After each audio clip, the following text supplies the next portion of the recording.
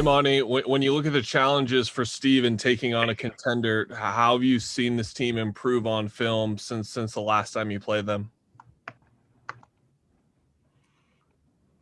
mean, they're just good. I don't, I haven't looked at them enough to make that kind of declaration, but they know how to adjust for sure. They have great talent. They have depth. Um, they have guys that have stepped up on their bench and been solid for them all season. Jeff Green and DJ, those guys have been phenomenal for them, along with their three best players. Those guys are good for a reason because they do it every night. But Jeff and DJ um, and Joe Harris, those guys have been solid all season long, if not way above solid. And so I think their ability to be consistent has helped this team with the additions of James.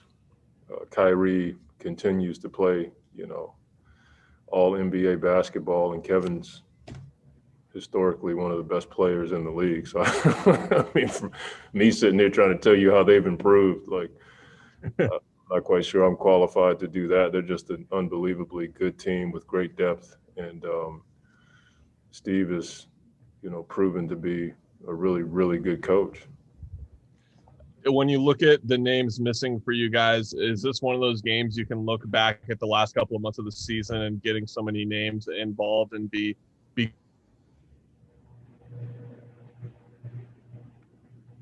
I kind of lost you a little bit on the last part of your question. Telling you there.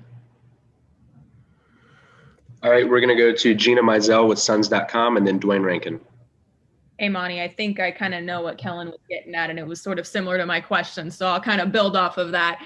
Just with Jay and with Dario out today, I mean, I feel like it was just maybe about a week or so ago that we were talking about throwing some of those small ball lineups out there for the first time. Is if you have to do that again today, just out of necessity, do you at least feel a little more comfortable with that, just based on a little bit more experience those types of lineups or some of those guys have gotten in maybe the last week or two?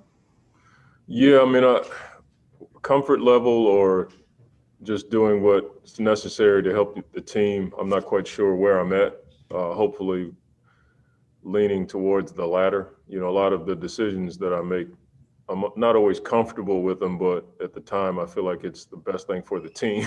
So, if we have to go small, I'm okay with doing that. I think we've had it happen to us in certain games where we've had to go to it out of necessity.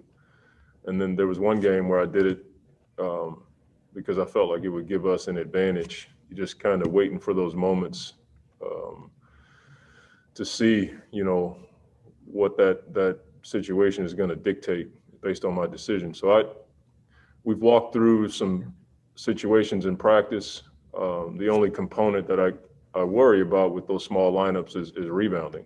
And it's a huge part of our team being able to play defense and rebound. So comfort, not quite sure if I'm comfortable doing it, but I'm not afraid to do it if I know it's going to help the team. And on the topic of rebounding, I mean, we've talked about the impact that Torrey has made since he joined the team, but he just seems to be so active on the glass. Like anytime there's a ball in the air, he seems to come down with it. Is that something that you saw from him in Milwaukee and Denver, or is that something that he's done even better for you guys than maybe you expected with him coming over? Saw it probably more in Denver than we did in Milwaukee.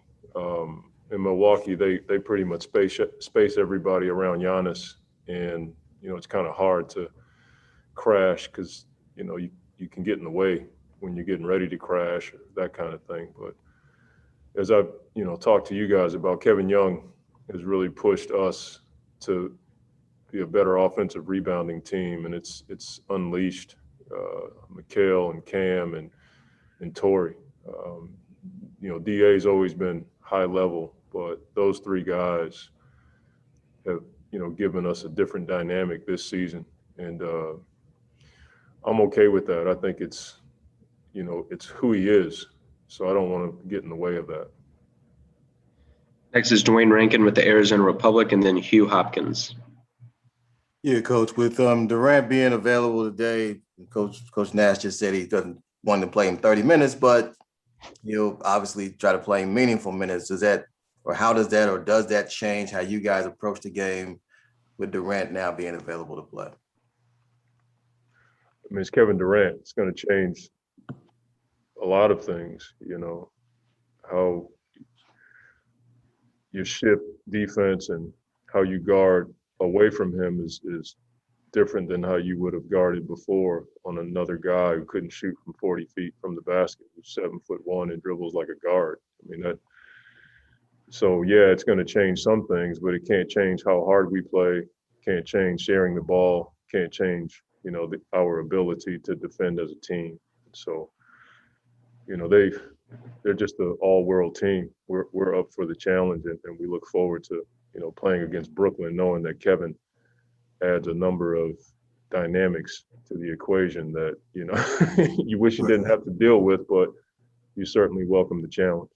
And just to follow up on that particular point, this last stretch here, you guys have one of the toughest remaining schedules in the league, and you've talked about mental stamina and building towards wanting to make that kind of run you guys want to make in the postseason. How much is this road trip and then the rest of the schedule helping that process of getting that mental stamina, all those things in gear for you guys? It's important. I mean, to play these kinds of teams on the road in front of, semi-crowded buildings with everything against you. Like, these last 3 games have been, playoff games for us in atmosphere. So I think they're great. Your armpits and underwear may tell you a different story at the end of the game, but as far as growth is concerned, it's pretty good for our team and our young guys. Final 2 questions would be Hugh Hopkins with Sky Sports and Brian Mahoney. Thanks, Coach. Thanks for taking the time to talk to us. When you look at the top of the standings this year, they're also the teams are also among the 3-point leaders in the league. Now, we've known this for a few years now. The league is trending that way, but you're going up against a team that's 4th in terms of 3-point percentage, and you guys, you're in the top 10. So how do you scheme for a team when you know that both sides are so efficient from distance and they're both looking for similar shots?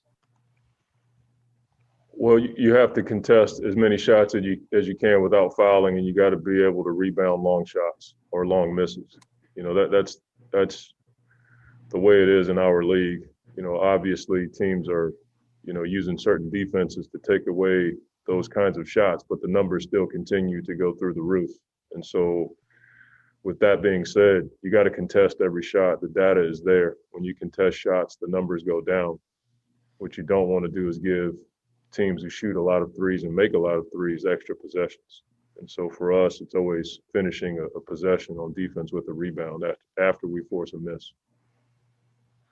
Final question is Brian Mahoney with the Associated Press. Thank you. I know you've worked closely with Kevin Durant before. He's had a bunch of stops and starts with his health the last couple of years. Is there something you saw in him as a worker that to get through the kind of thing he's had with his health? I know it probably all just can't be talent, I assume. Yeah, I mean, he's about as dedicated a worker as I've ever been around. And it's not just basketball. I've seen his diligence in pre-practice work and, the things that he's been able to overcome, from broken bones to Achilles to, stuff he's dealt with this year. It's in his DNA. And so I'm sure he hates going through all this, but he's done it so many times over the course of his career. When I was with him, that's exactly what I saw, just the diligence to perfect his craft in every area. And so I'm not surprised that he's been able to bounce back from these injuries and play at a high level.